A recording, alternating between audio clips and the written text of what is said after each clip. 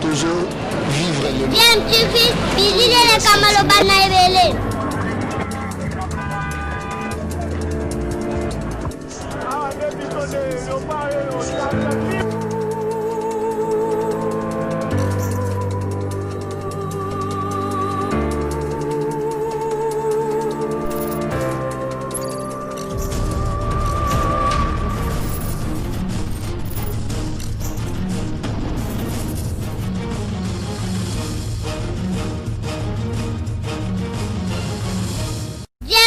toujours un enfant. TV mbote nabino esengweza ya biso ya koyeba ke bozali ebele obozolanda chaîne YouTube nabino DMTV oyo emesanisi bino komemela bino actualité ba analyse sur ba sujet d'actualité na République démocratique du Congo, ba réflexion, ba coup de gueule sur ba makambo elekeli biso yo sepelisi biso te certainement sepelisi pe binoté toujours même lisusu moi sujet moko tolingi to analyser ensemble nabino moi moke ezali kaka sujet actualité boyebi actualité na République démocratique du Congo ezali vraiment dominé mingi na politique toza okota wana na kati nango mais avant ndenge to zwaka ka habitude bomo misano ndenge to lobaka tolingi to rappeler na bino pe na biso nyonso tout ba komi batela contre maladie ya coronavirus boyebi que to komi déjà na plus de 7000 cas confirmés sengeli na biso vraiment to changer comportement na biso pour na biso bato to zali ko boya ke maladie wana ezali to respecter ba mesures barrières puis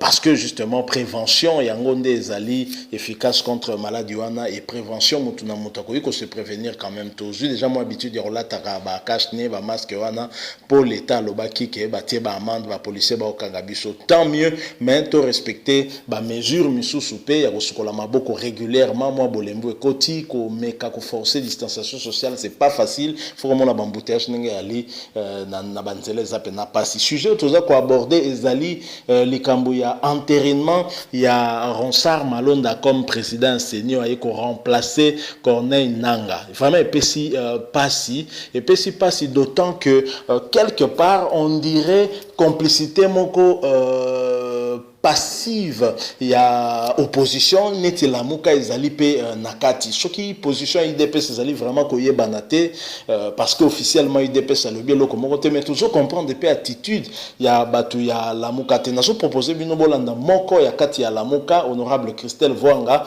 oyo atalisi moi déception na ye par rapport ya bakondi na ye ya plateforme wana la muka na attitude na bango ba boyaki koyoka ye ba boyaki ko comprendre ye finalement oyo ya zalaki sonnette d'alarme azalaki ko tirer yangwana kaka nde salemi malheureusement et comme d'habitude salema kaka bongo donc je vous propose bolanda ena nous bongo na simande siko to kundola moi makambo ngolo to analyser to pesa pe moi ba idée na biso ba point de vue na biso je rappelle que bozolanda chaîne YouTube na bino DMTV ceux qui vous avez déjà abonné merci mais ceux qui en abonné s'il vous plaît cliquez comme abonné au moment la cloche moko muke ya notification ko bima juste à côté à droite au cliquer wana pe ko permettre na yo comme kozwa ba information dès que ka totie vidéo en ligne to analyse moko en ligne ba moko moni ozu information que tu balancer loko en ligne ba moko ko ipe ko landango merci beaucoup to se retrouver tout de suite après national présidente de la commission des droits de l'homme de l'Assemblée nationale de Christelle Vwanga honorable Mote merci beaucoup on a mené aux biso malamu alors toujours ba kometali des intérimaires il y a combo il y a Ronsard Malonda comme prochain président il y a Seni comment ça s'est passé dans l'Assemblée nationale vous allez présenter il y a le droit de l'homme député national et opposition vous allez un peu distrait dans l'opposition ou ça s'est passé comment ouais expliquez moi qui m'a comme le lobby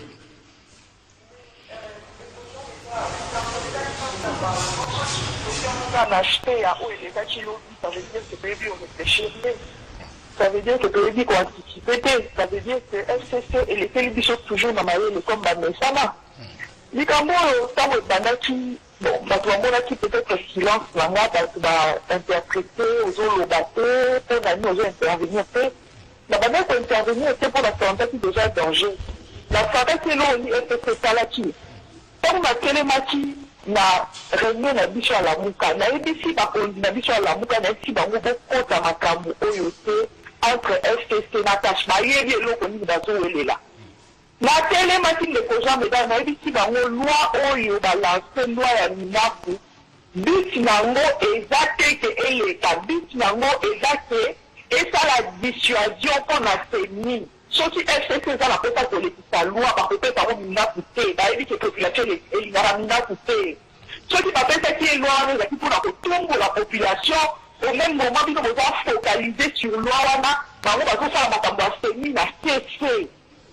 Na expliqué na lembi na lobi zambe est-ce que bato comprendre que loi minaku bisi yango ezali po distraire basala makambo na bango ya seni na kimia nyonso mais yo mosusu nani akoyokela yo mosusu bato bato comprendre te mais aujourd'hui tout le monde me donne raison, tout le monde me comprend. FCC na cash na IDPS nde badeside kolekisa mete Rosar au détriment de la volonté de la population. Bayokani, la compensation. Tozalaki papa tozalaki 10 na kati ya sai. 10 bon, au lieu que tobane kosiéger na format réduit. Format réduit wana tiki koloba très koloba te que tozongi na format ya kala. Mais curieusement, toye na salle tomoni FCC batondi. Ah, moi tout le temps na ye na moni bon batondi na lobi. Bon, peut-être qu'elle m'a décidé pas dans ma plénière, quand on est dans ma plénière en tout cas, mais biso d'opposition, tout à fait, on a réunion, on a tombé, l'opposition, on s'est retrouvé dans la salle une dizaine, dans la salle. Si on a une dizaine, voilà, contre 300 au bout de la bongo, et puis, ma cabontérina, et voilà qui inscrit à l'ordre du jour, c'est ordre du jour, et voilà qui inscrit, c'est dans la jurisprudence, mokoya, de Colambert, même de Ralo, Bakake, na ebandeli soki eloko eza inscrit na ordre du jour te eloko wana ekotikala koleka na plénière te mais curieusement na ordre du jour bakomi communication du bureau bon communication ekokozala badiver ekozala makambo ebele mais curieusement la communication wana ekomi kotanga procès verbal ya seni et puis procès verbal directement bazwi batie yango na bavoix na bavote boomona peut-être baimage oyo toza nango oyo tout le monde était surpris que c'est remis en salle. Tu vas dire que dans la bobine, à ta bobine, vous avez 10, bon, vous avez 300, vous avez une base votée par les petits chango, vous avez forcing comme d'habitude.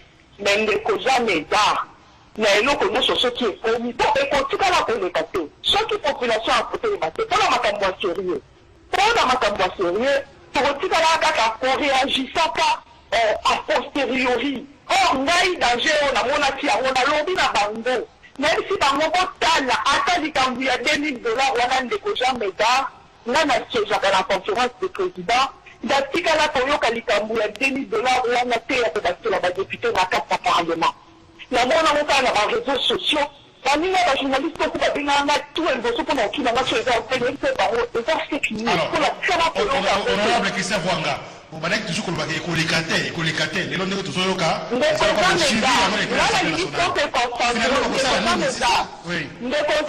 Politique politique basala wona ba yele basala wona ba miscrété. Il y a un moment FCC va gagner. Quand la ligne va réfléchir, va monter la stratégie. Mais il va faire comprendre la population que la stratégie on a les jours où va ministre a dit qu'on doit $2000 on a un député. Et si vous vous souvenez bien, c'était les mêmes jours où l'élection y a Rosa Malonda et Banaki Kosalama. Dans qu'on dit que la population va voir si les $2000, population nous ont $2000, ils ont quand même à Tambolopita, où on a fait l'élection, il y a Rosa. Parce que voyons surtout qu'on a beaucoup, on a déjà Rosa à l'équipe. Donc, toi, retenir que c'est là qui vous avez surpris l'Assemblée nationale comme député opposition, vous voyez pas qui était qui va commander le Kaloum. Je présentais. J'ai présenté parce que n'a dit façon à mon travail. J'ai présenté dans le mutation que la date. Nous avons tout ça la boyer. Tout ça la stratégie. Ma collègue dans l'opposition. Mais oui.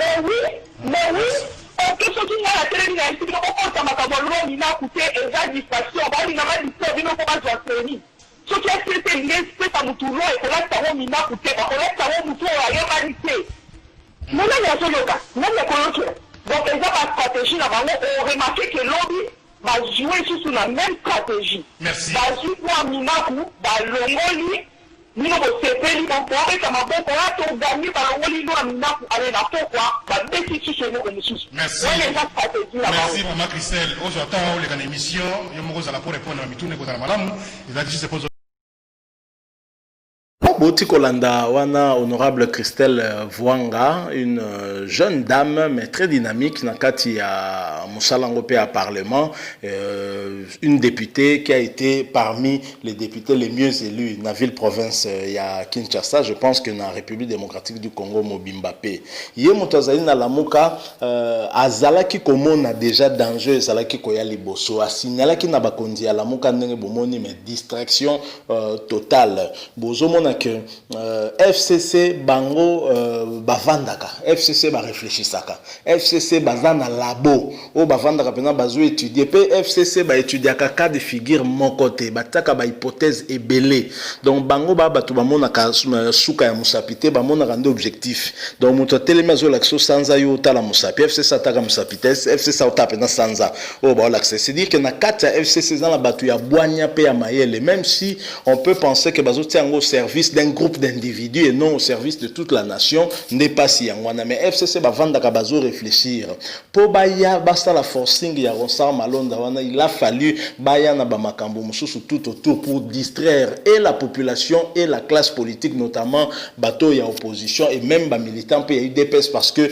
FCC a en coalition na UDPS mais UDPS a le rôle à moi divisé en deux oza na UDPS ya ba dirigeant incarné par Yemoko Félix c'est que depuis oza na UDPS base o baza tout à fait d'accord kakatena ba accord en ngeza na FCC bangwana ndo mona kakeba bimi na nzela batomboki pour la loi Minako pour la makambo boy. Alors en fait objectif il y a loi Minako wana ezalaki comme tel Bolandi honorable Ngalobi moi je partage point de vue naie ezalaki te pour que nécessairement eleka wana c'est loko soke leki dango te bako laisser na bango tomber mais ezalaki pour que ba même distraction liboso ba même ki ezaka faire ya complément de salaire ya $2000 ba yeba ki ko choqué parce que toi on a payé à 5 milliards de dollars un pays pauvre et ça avait choqué ngai moko pe parmi batona là qui choqué mais on n'avait pas vu venir on n'avait pas fait le lien mais heureusement na kati il y a la muka quand même ça la bateau pe basa réfléchir neti Christelle Vwanga par exemple o avandi a bouler à tali non danger zali makambo ba elibiso za distraction objectif majeur ezali makambo ya Seni Ronsard Malonda coûte que coûte il faut aller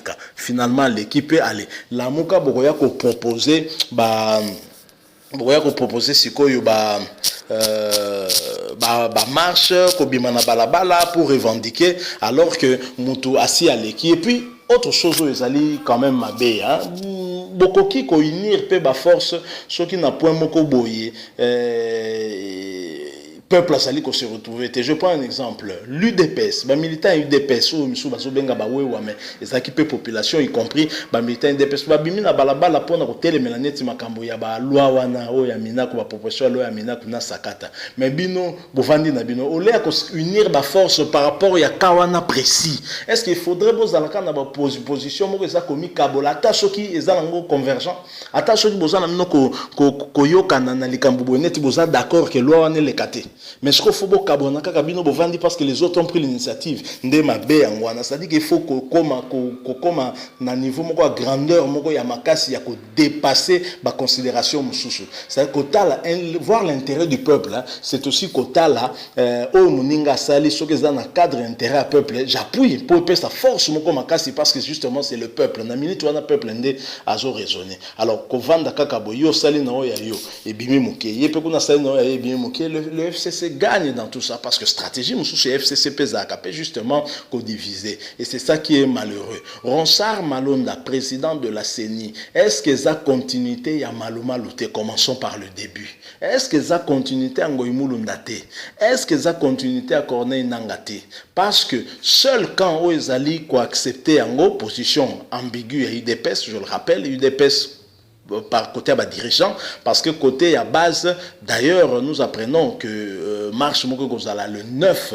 organisé le 9 mingi toloba base baza côté les locaux wana mais côté à dirigeant zala ki neti mais apparemment UDPS pas aller moi muke ko pesa pe position est clair hein sikoyo que contre Ronsard Malonda wana parce que Ronsard Malonda soit naé ils ont déterminé suite surtout il y a processus électoral où il salama na 2023 na cadre ka ya komona na loin FCC a calculé la makambo na déjà et puis vous serez encore étonné que en 2023 bazu majorité cette fois-ci bazu à peine à 400 députés PPRD mokata 300 et puis les gens vont encore s'étonner alors que ndesiko il fallait que tel mais la babiloko wana pour que tous à la naba élection moko réellement transparentes, des élections réellement crédibles, des élections réellement démocratiques parce que jusqu'à ce jour visiblement ben élections ils allaient qu'on organiser la mboka oyo bazali toujours ko yiba na peuple ba soit au peuple ça on a été bazo proclamé et c'est triste et tokomona tokokende pe lisusu kaka boye ti na cour constitutionnelle parce que moko ya bali a eu des PSP maître Kajungulu ye a kebisaki na biso pe koloba makambo ya balo ya minako oyo selon ye ezalaki pe kaka distraction te ezali en fait na objectif ya koyeba kozwa majorité à composition ya cour constitutionnelle pour qu'éventuellement parce que cour constitutionnelle nde fois kondima ba résultat ya seni cour constitutionnelle seni ko proclamer non mais na cour constitutionnelle so pe bandimité résultat ko pe kozala annuler et donc pour la kozwa pe majorité na seni parce que misatu faut ba uta na assemblée nationale misatu il faut ba uta na Conseil supérieur et la magistrature, yango bazalai ko anticiper pour donner plus de pouvoir na ministre de la justice qui est de leur camp, de sorte que y a usé d'influence soit aux anango pour la choix y a ba trois animateurs wana oyo bakota na Conseil supérieur de la magistrature pour ba kene na cour constitutionnelle. Donc voilà un peu ba débat au sengeli ko sala ba débat moko intelligent pour la comeka ko contre FCC. Christelle Vonga Lobiango elle a raison que beaucoup contre FCC na ba muscle kaka te forcer la pe bongo parce que bango ba la justement bongo. Parce que les forcing na nengeka ya bongo. Tango yazo tirer sonnette d'alarme. Bemba, Katumbi, Fayulu, Muzitu, Boza Wapi. Bolali na bino. Et toujours mon aba prince Penge, koleka toujours koloba au peuple. Vous allez faire prendre encore des gens ba risque inutile na balabala batuba zo ba risque à rejoindre ba balle tout ça entre temps bino mo bozana bino na balabala te alors qu'il a fallu qu'on travaille peu en amont pour na koluka ko contrer batuana et de mettre la pression dès le début de sorte que ba makamoni salamate c'est vraiment triste. C'est triste de constater que en fin de compte hein on dirait FCC a atteindre un cas objectif naïe et a atteindre tellement facilement avec l'aide même il y a batongo et opposition bango moko et c'est malheureux to comme na suka liso na biso so bo sepeli botika la biso like et au sala a bien pourquoi pas un commentaire on peut continuer à échanger dans commentaire mais bon ça na surtout te yom tozana no abonné te cliquez comme abonné na chaîne DMTV s'il vous plaît. Cliquez pe na sima na petite cloche à notification juste à côté. Tobo sanate coronavirus ezali tomi batela s'il vous plaît. Omi bateli o bateli pe directement famille na yo mobimba. Prévention yango ezali seul moyen efficace de permettre de lutter contre maladie oyo. Merci beaucoup tokutani mbala sima. DMTV vous dit au revoir.